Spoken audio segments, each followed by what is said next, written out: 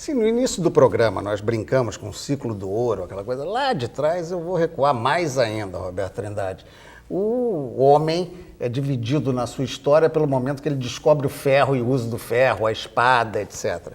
Essa tecnologia do ferro, hoje tem vários tipos de ferro. Como é que essa evolução ainda tem coisa para descobrir? Como é que é esse processo tecnológico, hein?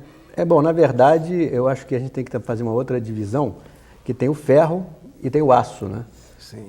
Hoje em dia, o que se tem de desenvolvimento, muito desenvolvimento, é no aço, como o Adão aqui já falou do nióbio, que o aço, na verdade, ele é uma liga que tem até 2% de carbono, uma liga de ferro com até 2% de carbono, e também pode conter outros elementos, que a gente chama elementos de liga, que pode ser o nióbio, vanádio, manganês, e esses outros elementos de liga conferem propriedades importantes ao aço.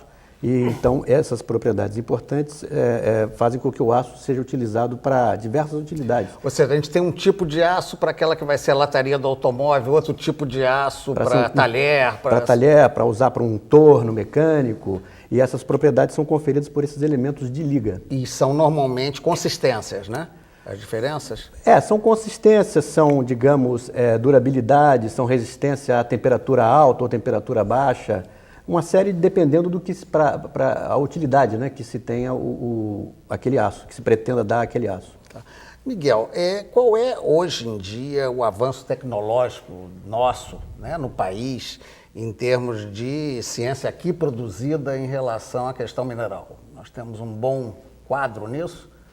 Eu acho que boa parte do que existe, tanto para fins de descoberta de novas jazidas, quanto para fins de concentração e aproveitamento mineral, nós diríamos que o país hoje tem domínio pleno. Temos o CETEM, que é uma instituição que desenvolve, inclusive, tecnologia e foi responsável pela adaptação ou desenvolvimento tecnológico para aproveitamento de muitas jazidas que haviam sido descobertas aqui.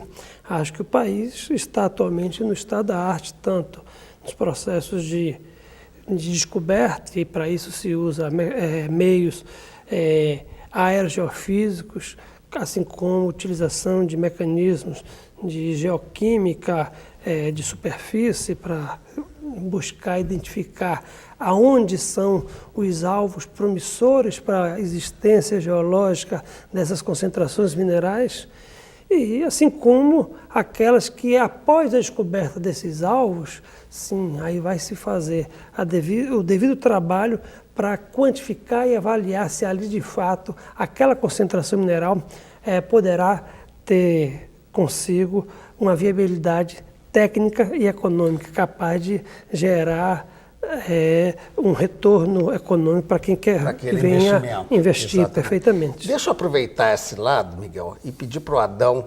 uma divisão aí. Existem mais ou menos duas visões. Uma é do sujeito tipo Indiana Jones, né, que vai descobrir cavucando, experimentando, essas experimentações químicas, talvez, como o Miguel tenha falado. Mas existe também aquela lenda de que, poxa, os aviões espiões hoje em dia com radares são capazes... Ou seja, qual é o caminho da descoberta? Qual é o mapa da mina para descobrir os minérios e as suas possibilidades boas? Bom, a atividade de mineração ela é constituída essencialmente de 3 etapas. A geologia, onde você tem a descoberta, né? E essa descoberta poderá ser feita através de forma acidental, que normalmente é feito pelo garimpeiro, ou então usando técnica de prospecção direta ou indireta, né? Métodos de geofísica, geoquímica, etc., né? E o Brasil hoje detém conhecimento para fazer esse tipo de descoberta, né? Em relação à outra etapa, é a etapa da lavra, onde você vai programar a retirada do bem mineral do subsolo. E para isso você precisa ter conhecimento da geometria do corpo mineralizado, do lençol freático, da mecânica de rocha. E a terceira atividade é a parte de concentração, onde você vai adequar aquele material às condições requeridas para usar na indústria. Eu diria que o Brasil hoje ele está bem nessas 3 áreas. Apenas na parte de lavra, somos muito bons na lavra céu aberto, mas na lavra subterrânea precisamos melhorar.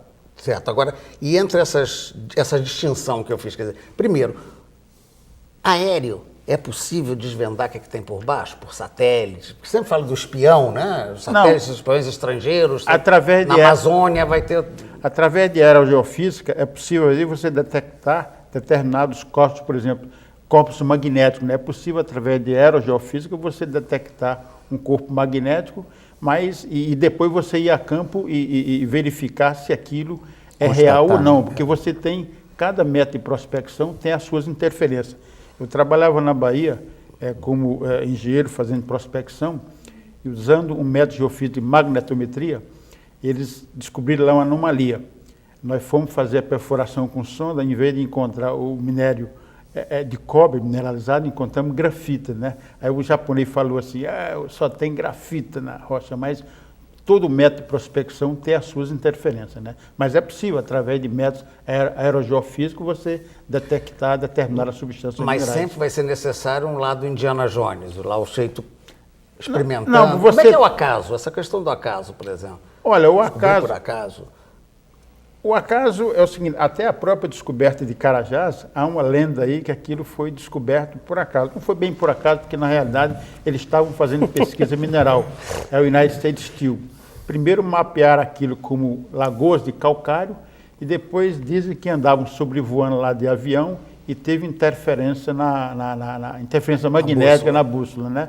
Eles desceram lá no helicóptero, quando desceram em cima do que é hoje a mina de ferro de Carajás, né?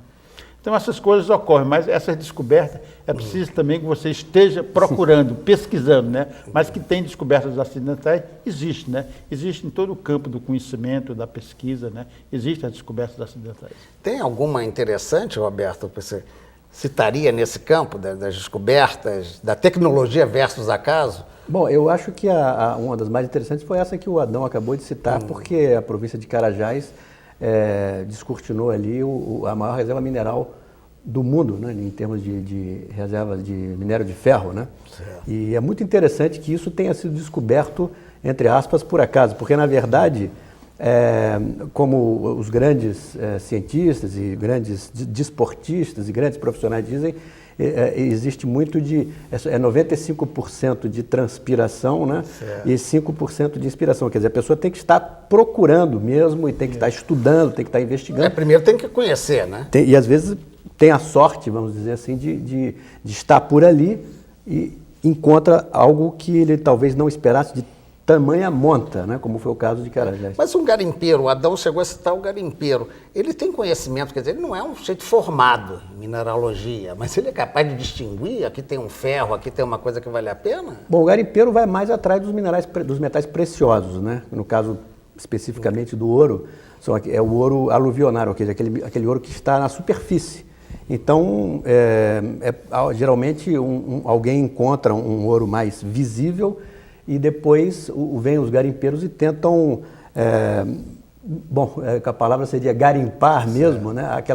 Aqueles pedaços, o ouro que está mais disponível a partir de um certo teor, a partir de uma certa quantidade de ouro, como já foi citado aqui, não é possível mais extrair, obter ouro somente pelo garimpo, é preciso investir tecnologia, apenas uma empresa seria capaz de continuar a extração mineral ali.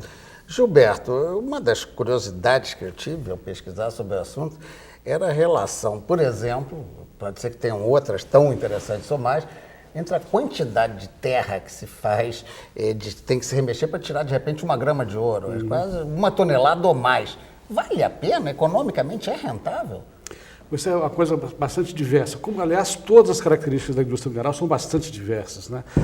Se você fala de termos de minerais metálicos, você estará sempre trabalhando com um limiar de teor. Por exemplo, na indústria do ouro, em termos de garimpo, dizia agora há pouco o Adão, você, abaixo de determinado teor, o garimpeiro não tem tecnologia suficiente, mas aí entra então a empresa organizada com a sua tecnologia e é capaz, mas enfim, para cada segmento produtivo, para cada tipo de jazida, você terá sempre um teor que nós da indústria mineral denominamos teor de corte, quer dizer, um teor limite, abaixo do qual você não opera para uma determinada tecnologia ou num determinado tipo de depósito mineral, né? Então, quer dizer, no caso dos metálicos, você está sempre situado por limites de teores. No caso do ouro, digamos, a mina a céu aberto 1% ou 0,5%, no caso de do Morro do Ouro, já citado aqui, que é um depósito, digamos assim, ímpar em nível mundial.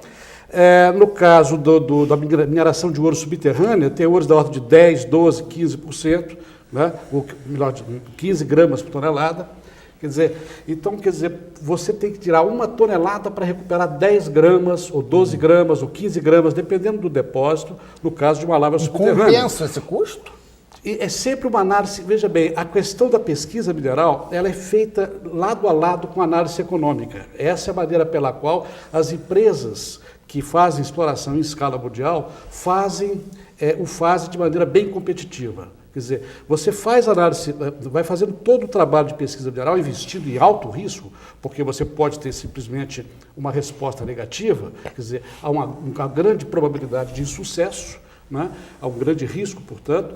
Então, você tem que margear esse risco, você tem que disciplinar esse risco, digamos, gerenciar esse risco com uma análise econômica bastante severa. A cada momento você está fazendo uma análise da perspectiva de retorno face às informações que você já dispõe naquele momento. Até porque o próprio processo da lava certamente vai dando novas informações sobre a possibilidade a de cada extração. nova informação sacada, você está diminuindo o seu risco. Certo. E aí é que se compensa manter ou se compensa sair fora. Exatamente. Mas você falou aí desse aspecto das empresas internacionais e eu vou querer entrar depois de mais um intervalo no aspecto do interesse nacional, do que isso pode dar de desenvolvimento para o nosso país. Aguarde um instantinho só que a gente já volta.